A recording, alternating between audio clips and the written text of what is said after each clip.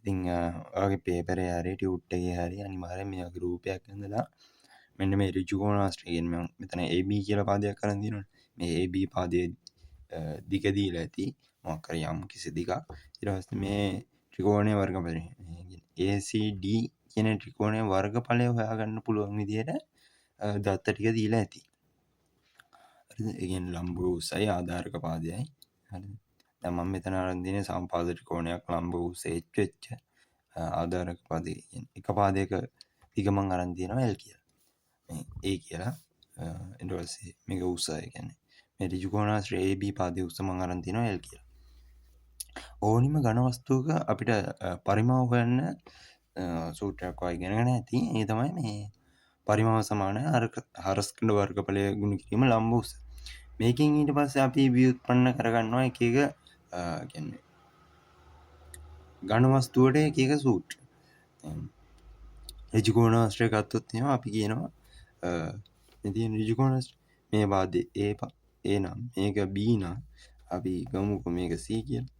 මේ ඝනකාභයේ පරිමාව ගන්න. හරි. එතකොට ඝනකාභයේ පරිමාව ගන්නවා මේ ABC ඒ කියන්නේ ඒකෙදි කරන්නේ මේ හරස්කඩ වර්ගඵලය. ඒ කියන්නේ හරස්කඩ වර්ගඵලය ගන්නේ මේ යට තියෙන ඍජුකෝණාශ්‍රය වර්ගඵලනේ. ඒ කියන්නේ AB ගේ ගුණිතය. ඒක ගුණ කරා මේකේ තියෙන උසි. ඒ කියන්නේ C කියලා මම අරන් තියෙන්නේ. හරිද? ඒ විදිහට ඕනිම ඝන වස්තුවක පරිමාව අපිට හොයාගන්න පුළුවන්.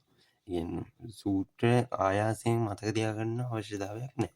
මේ පරිමාව සමානයි හරස්කඩ වර්ගඵලය වාරයක් ලම්බ උස කියන එක ඔළුවේ අයිඩියා එකක් තිබ්බා. හරිද? අපි පරිමාව V කියලා ගත්තා හරස්කඩ වර්ගඵලය A කියලා ගත්තා. ලම්බ උස මම L කියලානේ ගත්තේ. ඒක හරි. එතකොට දැන් හරස්කඩ වර්ගඵලය ගන්න ඕනේ මේ ත්‍රිකෝණයේ වර්ගඵලය. දැන් ඔයාලට රූපය අපහැදිලා කියන්නේ හරස්කඩ වර්ගඵලය කියන්නේ මොකද්ද හරස්කඩ කියන එක අයිඩියා එකක් එන්නේ නැත්තම්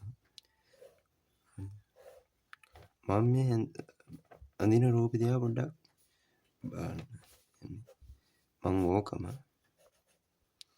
ඔය තියෙන එකම මෙහෙම කෙලින් අතට හරවුවා. හරිද? කියන්නේ මෙහෙම වැල්ලා තියෙන පෑනක් ගත්තොත් මෙහෙම නමලා තියෙන පෑනක් ගත්තොත් ඒක මෙහෙම කෙලින් හිටුවා වගේ වැඩක් තමයි මම කරේ. හරි. එතකොට පතුලට ගිහිල්ලා තියෙන්නේ මේ ත්‍රිකෝණය. එතකොට මේ ත්‍රිකෝණය පතුලේ තියෙන එකේ හරස්කඩ වර්ගඵලය තමයි ගන්න ඕනේ. ඒක ගුණ කරන්න ඕනේ ඒකට තියෙන ලම්බ කුසෙ. එච්චර. හරිම සරලයි. මේක මේ ආය මේ වගේ රූපයන් දැන්දා මේක කරන්න බෑ. එතකොට මේක දැක්ක ගමන් මේක මේ උඩට හරව ගන්න පුළුවන් වෙනවා. හරි. ඉතින් මේක වැඩි දෙයක් නෑ. ඉතින් දැන් ඔයාලට ත්‍රිකෝණේ දත්ත දීලා තියෙන විදිය මම මෙතන දන්නේ නැහැ. හරිද? ත්‍රිකෝණේ දත්ත අපි හිතමුකෝ පාද දෙකක් සමානයි. ඉතුරු පාදේ B වගේ එහෙම මොකක් හරි දීලා තියෙනවා. එක පාදයක් ආධාරක පාදය 4යි. ආධාරක පාදය 8යි. මේක 3යි.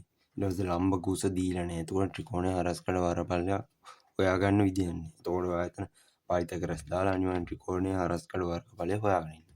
හරි. මේ විදිහට මේ ගණ එක එක පැති වලට හරවන්න පුළුවන්. හරි.